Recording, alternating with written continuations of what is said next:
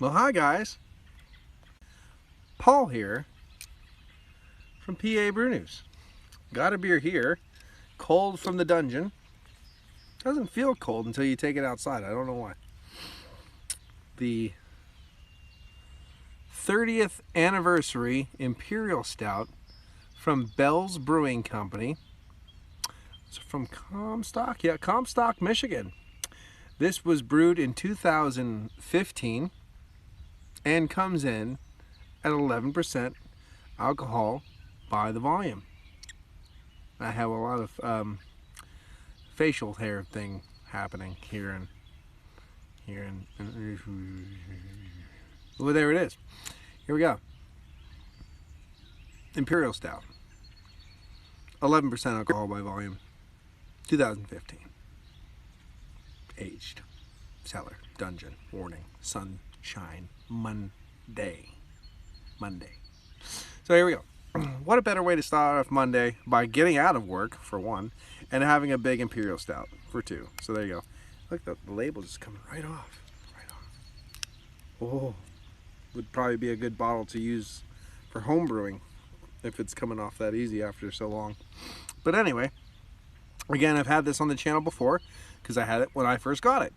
And I do believe I might have had it later, like last year or something like that. I can't really remember. I know I did a night of the aged ales or something like that, and the aged stouts, and it was like 5 different stouts, and I put them up in succession. I didn't do them on the same night. I drank them all on the same night, but I didn't do them. I didn't put them on the channel, I don't think, in the same night. I think there was a succession of things, and this might have been one of them. But here we go, 2015. We'll crack it open. I have to open it up a little bit. I have just a regular multi-tool bottle opener today, but I just gotta, come on boy, you can do it. You just got a little lip there, you gotta get in there, there we go, there it is, and there, oh, beer on my leg. Didn't think I was gonna get beer on my leg, but I think I did. Got beer on my leg. Anyway, let's get into the glass and see what we have through the, ooh, look at that. And there's a nice little head and a little carbonation already seeing, so didn't lose its liveliness, which is nice to see. Black as pitch, basically. A little bit of a sedimentation forming on the bottom. And then there was a little bit of a cloudiness at the little bit of the end of the pour there from the 30th anniversary of Bell's. Up to the light, pinnacle of a ruby hue coming from, or rind of a ruby hue coming from the pinnacle of glass. Pretty much the rest of it is pretty much pitch black, and there's a little bit of streaming carbonation that I can see, so there is a little bit of liveliness. And as I said, there's a little bit of a cloudy murkiness going at the last bit of the pour, and there is still a nice little sedimentation kind of cake at the bottom of the bottle. So here we go. I don't think there's too many of these lingering around on the shelves anymore. You might get lucky and find a case at, you know, a store somewhere and this and that, but I don't know, like I said, not too many on the shelves anymore. I'm trying to get these sides to grow out too, so I trimmed them down the one day. I have to get this. Anyway, let's get an aroma. Cheers.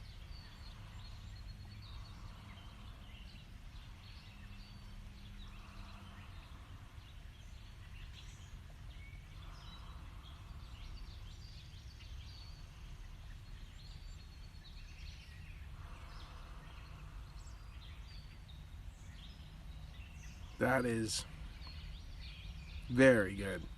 It's pipe tobacco, char, smoke, roasty toasty, vinous qualities, cherry, raisins,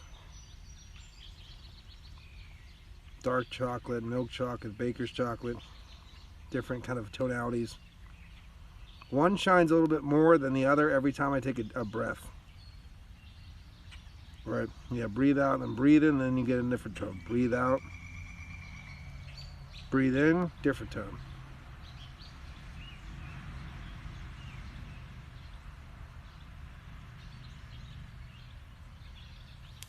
That smells awesome. Awesomely rich too. So let's get into it. Cheers.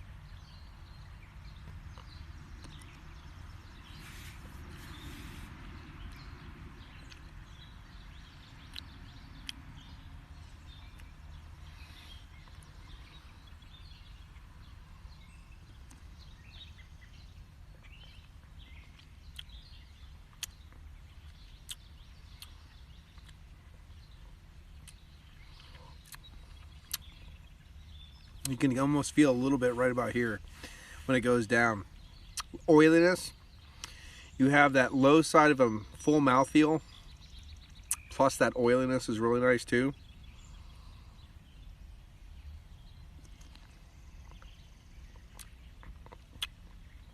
Not a full, it's kind of like smoked pipe tobacco char, not just pre-smoked but smoked pipe tobacco char. You get a little bit of a cherry raisin tonality in there mixed well. That vinous quality is really nice. A little bit of dark within that char area. You get some dark chocolate kind of tones wafting around.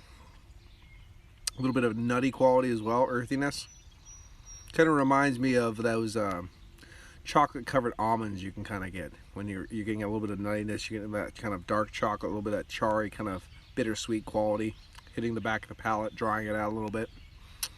But in the front of the palate, when you're starting to, you get tonalities of a little bit of baker's chocolate too, and then it gets more drying and more dark chocolate.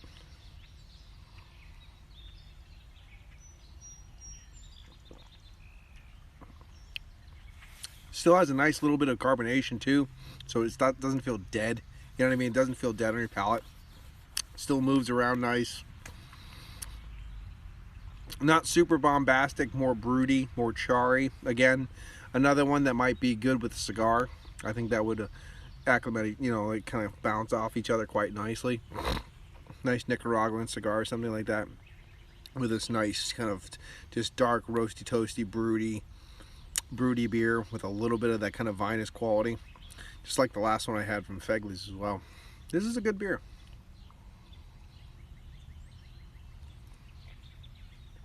And it absolutely did not have this fruit quality that it does now. Absolutely not. This is definitely kind of shined to bring those fruits to the table with age, for sure. Because it did not have this really nice.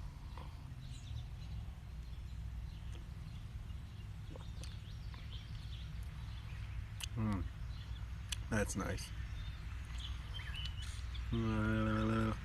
Like a fruited Tootsie Roll almost, in a slight way, in the front of that palate, before it gets into the darker, charrier areas.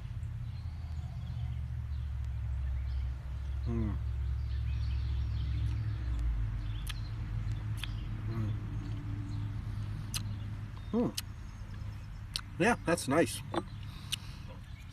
It's not quite 5 years. It will be 5 years next month.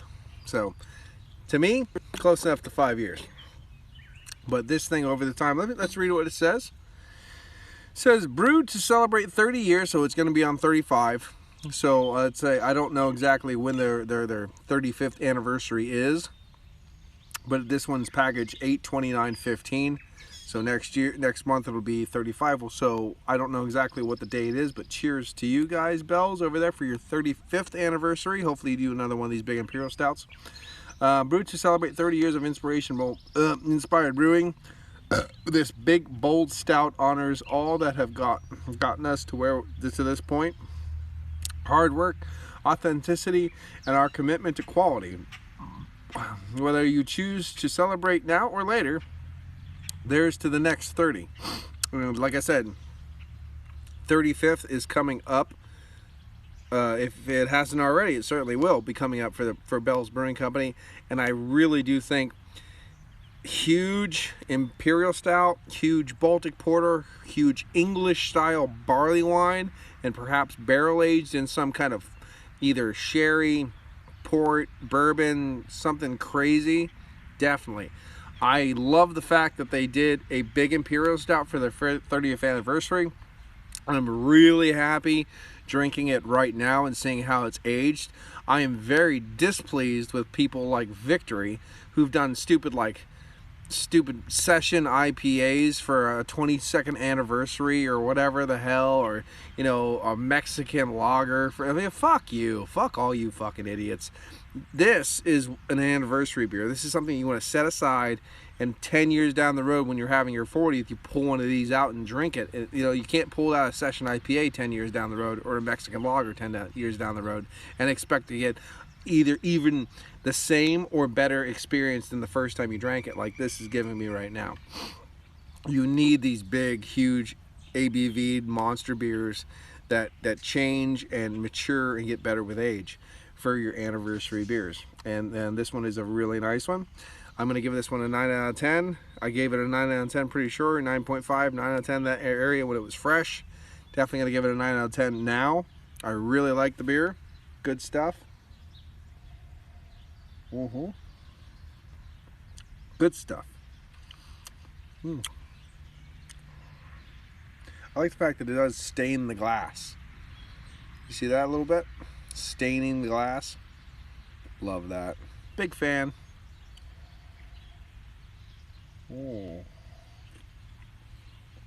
There was a little bit of a murkiness at the end of that pour, but when I kind of look through the beer, I don't see any kind of weird sedimentation or anything. Most of it stayed, most of the stuff that's supposed to stay in the glass or the bottle stayed in the bottle. So nice little yeast cake. Good stuff. Not the most bombastic thing in the world now. More broody, more subtle, more savory. Something you just want to kind of relax, you know, drink, watch a movie. As I said, smoke a cigar, have a nice little conversation, this and that, this and that, this and that.